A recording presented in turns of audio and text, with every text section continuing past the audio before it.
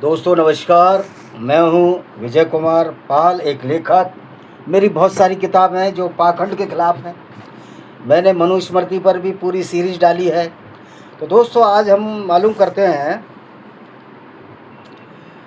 कि जो बाइबल का पहला चैप्टर है, जो ईसाइयों की बुक है, जो पहला चैप्टर है, और यहूदियत में भी ये है, क्योंकि बाइबल का जो ओल्ड टेस्टामेंट है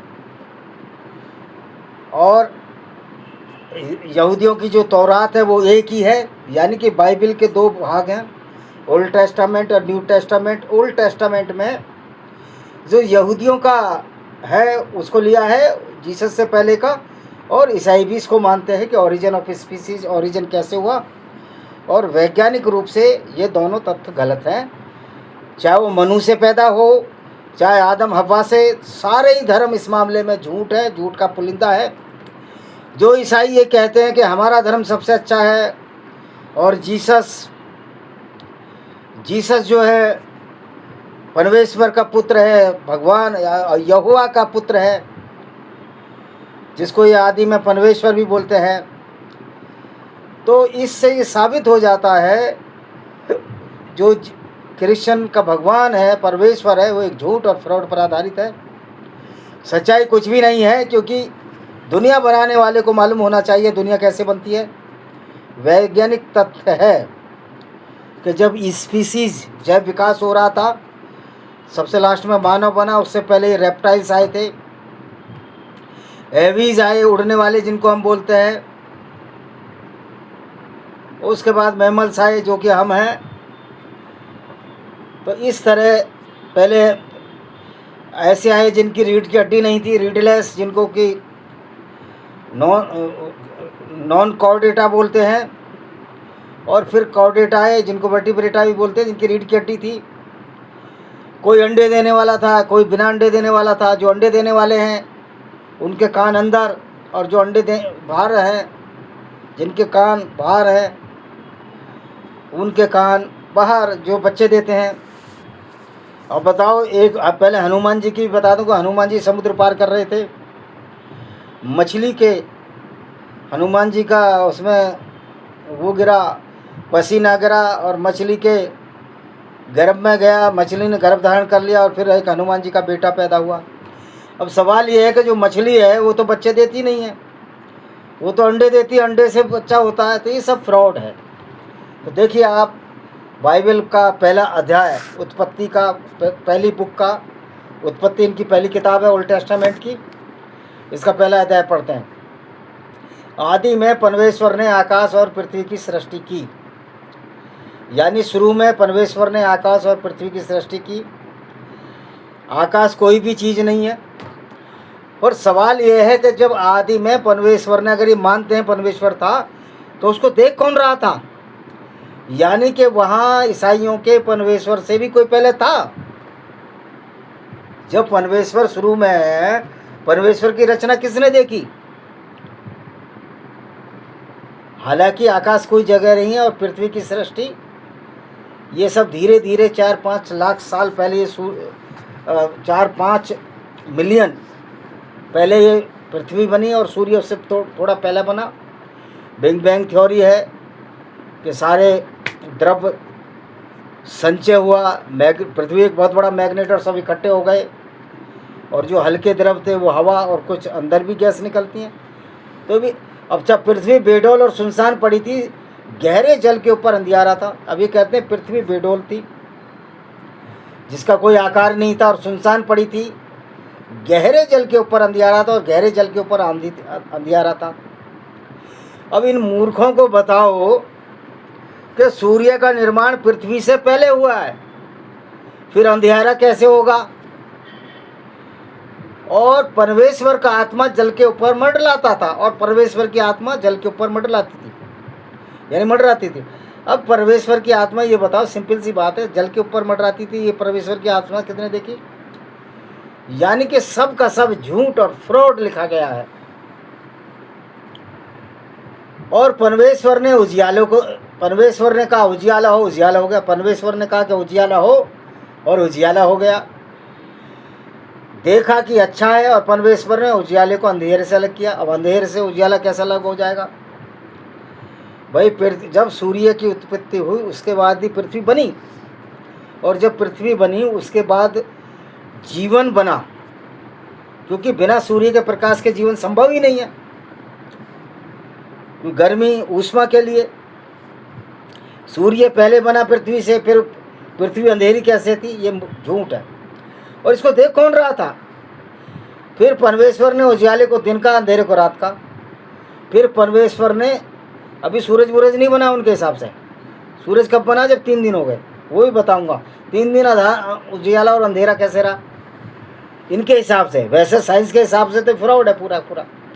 फिर परमेश्वर ने कहा उसके बीच ऐसा अंतर हो, जल 2 भाग हो जाए, तब उसके अंतर करके नीचे का जल जो पृथ्वी पर है और उसके ऊपर का जल हल्का वैसा ही हो गया, यानी कि आकाश में जल उड़ गया।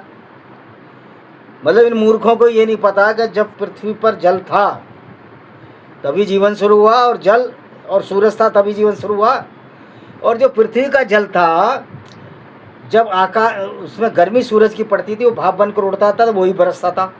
लेकिन यहाँ मूर्खाधीश ने, जिसने भी बाइबल लिखी, मूर्ख ने, उसने लिख दिया कि ऊपर वाला जल अलग हो गया और नीचे वाला अलग हो गया। ऊपर वाले से बारिश होती थी। फिर परमेश्वर ने कहा आकाश के नीचे का जल ये हो गया और इकट्ठा हो जाए, और सूखी भूमि, फिर सारा जो जल नीचे था वो इकट्ठा हो जाए, और फिर वैसा ही हो गया। मतलब पृथ्वी मिली, और परमेश्वर ने सूखी भूमि को पृथ्वी कहा और जो जल इकट्ठा हुआ उसको समुद्र कहा।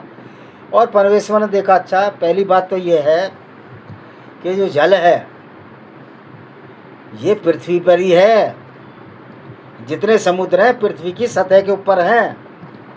इसलिए जो मैरियाना ट्रायंच है, जो कितना 18-15 किलोमीटर गहरा है, उसके नीचे तो पृथ्वी की चट्टानें हैं। तो आप इसमें तो कह ही नहीं सकते कि पृथ्वी और समुद्र में कोई फर्क है। समुद्र भी पृथ्वी के ऊपर बने हैं, लेकिन बाइबल के मूर्खों को ये पता नहीं था। फिर परमेश्वर ने कहा पृथ्वी में हरी घास तथा बीज वाले छोटे छोटे पेड़ और फलदायी वृक्ष भी, जिनके बीज उन्हीं में से एक की जाति के अनुसार होते हैं, पृथ्वी कर को वैसा ही हो गया। तो फिर परमेश्वर ने कहा, परमेश्वर ने नहीं कहा, ये बाइबल लिखने वाले ने कहा। जो बाइबल लिख रहा था उसने क्या देखा? हरी घास देखी होगी, बीज वाले फल देखे होंगे। तो बाइबल इंसानों द्वारा लिखी गई है। और इंसान जब 5 लाख साल पहले इंसान आया है, उससे तो सूरज पहले बन चुका था। फिर यहोवा को सूरज क्यों नहीं दिखाई दिया?